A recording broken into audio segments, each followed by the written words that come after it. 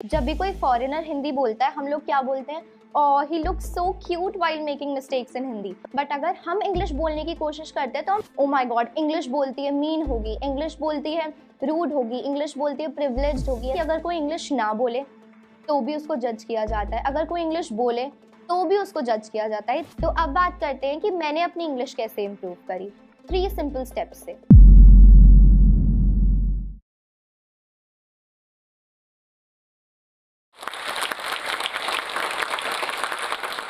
Hi everyone, I'm Tejasvi Rajput. I'm 13 years old and I educate more than 1 lakh people on Instagram. तो आज हम बात करने वाले हैं एक बहुत important topic पे, and that is how to build confidence while speaking in English. तो confidence build करने के लिए you don't need a perfect environment, you don't need perfect resources and you don't need perfect schooling. आपको सिर्फ चाहिए hard work and hard work. आप hard work करो, persistent रहो, एंड आई एम श्योर कि आप इंग्लिश बहुत जल्दी सीख जाओगे। I assure you, if a kid like me can speak English, so can you.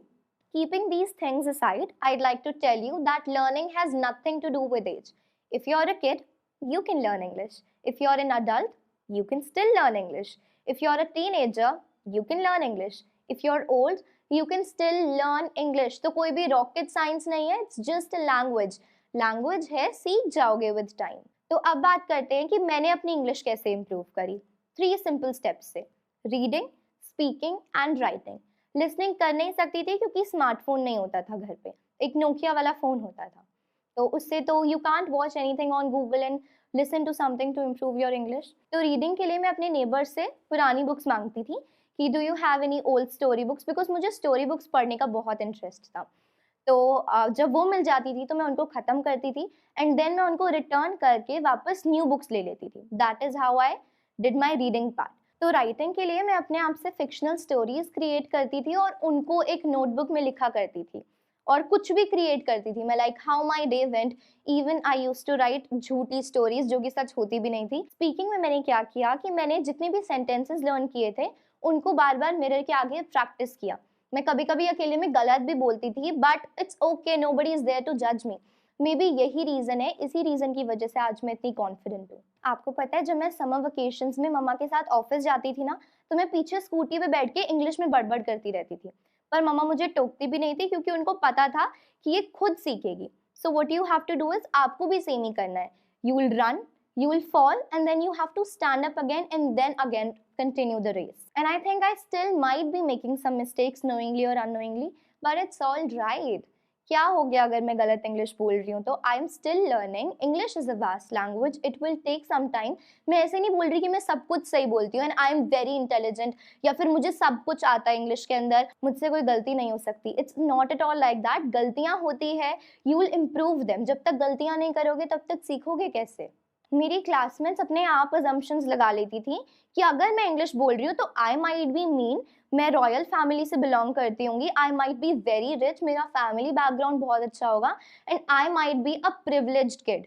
To be honest, बचपन में कभी भी मेरा मजाक इसलिए नहीं उड़ाया गया कि मैं इंग्लिश नहीं बोलती थी, बट इसलिए उड़ाया गया कि मैं बहुत ज़्यादा इंग्लिश बोलती थी, because I tried to speak in English. मतलब इतनी बड़ी प्रॉब्लम है ये कि अगर कोई इंग्लिश ना बोले तो भी उसको जज किया जाता है, अगर कोई इंग्लिश बोले तो भी उसको जज किया जाता है। It's really frustrating. मैंने ना कभी भी इंग्लिश को बर्डन नहीं समझा, and maybe that is the only reason why I was able to learn it. अगर मैं बचपन में गलत भी बोलती थी ना, so I used to be so happy कि मम्मा देखो देखो मैं सही इंग्लिश बोल रही हूँ। एंड अब मुझे पता चलता है कि मैं सब कुछ गलत बोलती थी, बट ठीक है, it's all right, nobody is there to जज मी।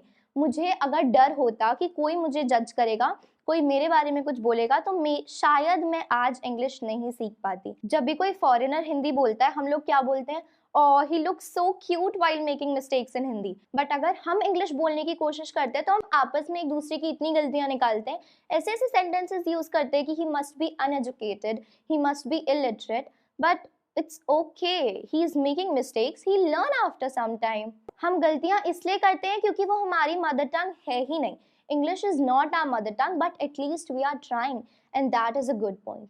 You should try, चाहे आपको आए चाहे ना आए, गलत बोलो, with time you learn to speak English. और जितनी अच्छी लैंग्वेज आप अपनी बोलते हो उतनी अच्छी कोई बोल के दिखाए, but that doesn't make English any less important. English is still an integral and inseparable part of our lives and it is still the most widely spoken language in the world. और अगर environment की बात की जाए तो environment तो कभी भी नहीं था, तभी भी नहीं था और अभी भी नहीं है. Because we still live in a BHK and it is a little tough to adjust sometimes. But it's okay, we still do. Sometimes I even have to run to the washroom to attend my online classes because घर में बहुत ज़्यादा noise हो रही होती है. And it's obvious कि मतलब अगर घर में लोग होंगे तो noise तो create होगी. So sometimes I even have to go to the washroom. मैं छत पे बैठ के इंग्लिश की प्रैक्टिस करती थी, कभी कभी तो वॉशरूम में बैठ के भी इंग्लिश की प्रैक्टिस करती थी. Now I have some tips for you which can help you to improve your English. सबसे पहला, reading. You can read storybooks or picture books if you're not too fond of reading novels. Number 2, speaking.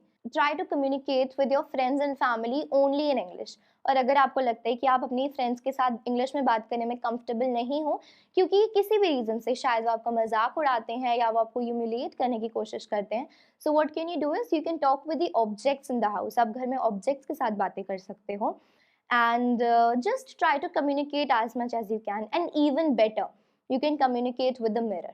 This is the best option. आपको पता भी चलेगा कि आप क्या क्या गलतियां कर रहे हो. Number 3, writing. You can write journals, you can write diaries, और आप एक नोटबुक भी ले सकते हो और उसमें लिख सकते हो that how your day went, what was so special about the day or what was so bad about the day. आप कुछ भी लिख सकते हो, whatever you feel like. आप अपनी feelings को express कर सकते हो in a diary, in a journal or in a notebook. Number 4, listening. अब तो चीज़ें इतनी easily available हैं. Take your smartphone, go to Google and search for English speaking videos. और आपको सिर्फ 2 चीज़ें करनी है, observe and absorb. पहले ऑब्जर्व करो दैट हाउ इज ही और शी स्पीकिंग. वो कहाँ ब्रेक्स लेते हैं, कहाँ पॉजेज लेते हैं, कहाँ अपनी वॉइस में मॉड्यूलेशन लाते हैं.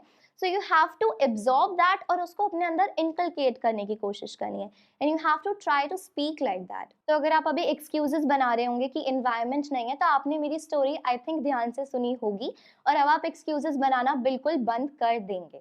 ओके और सेकेंडली चीज़ ये है कि मेरे ऊपर लोग इतना मजाक बनाते थे कि इंग्लिश बोलने की कोशिश करती रहती है, but okay didn't bother me. मैंने कभी ध्यान ही नहीं दिया ऐसी चीज़ों पे. तो आपको भी इन चीज़ों पे कभी भी ध्यान नहीं देना. You just have to focus on your goal और आपको अपना विजन बिल्कुल क्लियर रखना है कि हाँ मुझे इंग्लिश सीखनी है. तो मुझे चाहे कोई कुछ भी बोले, कोई मुझे कितना भी बुरा बोले, कोई मुझे कितना भी डिमोटिवेट करने की कोशिश करे, बट या I know my goal and I am going to achieve that one day. और जाने से पहले मैं ये बताना चाहती हूँ that learning has no age. आप कभी भी कहीं भी और कैसे भी इंग्लिश सीख सकते हैं. अगर आप भी इंग्लिश सीखना चाहते हो एंड बस माहौल का ही प्रॉब्लम है तो I have a solution for you. You can opt for जोश स्किल्स ऐप. यहाँ पे आप इंग्लिश स्पीकिंग प्रैक्टिस कर सकते हो अपने जैसे स्टूडेंट्स के साथ ऑन अनलिमिटेड कॉल्स. ये कहानी तो हमने सुन ली और अब हमने ये भी डिसाइड कर लिया कि हम एक कदम लेंगे अपनी पर्सनल ग्रोथ की तरफ जोश स्किल्स के साथ. पर जोश स्किल्स ऐप एक्चुअली चलती कैसे है, इसके अंदर क्या है, चलो 1 मिनट में जल्दी से ये देखते हैं. सबसे पहले नीचे दी गई पिन्ड कमेंट की लिंक पर क्लिक करें और इससे जोश स्किल्स ऐप डाउनलोड करें. डाउनलोड करने के बाद हम इस लैंडिंग पेज पर लैंड होंगे. यहाँ पर अपनी बेसिक इन्फॉर्मेशन भरें.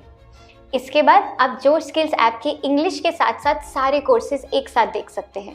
From personality development, personal finance to business, सारे कोर्सेज. पर चलिए पहले इंग्लिश कोर्स एक्सप्लोर करते हैं. इंग्लिश कोर्स के अंदर हमें basic grammar, vocabulary, reading, writing ये सब की थ्योरी तो मिलती ही है. ये प्री रिकॉर्डेड लेक्चर्स होते हैं तो आप अपनी कन्वीनियंस के हिसाब से इन्हें कभी भी देख सकते हैं.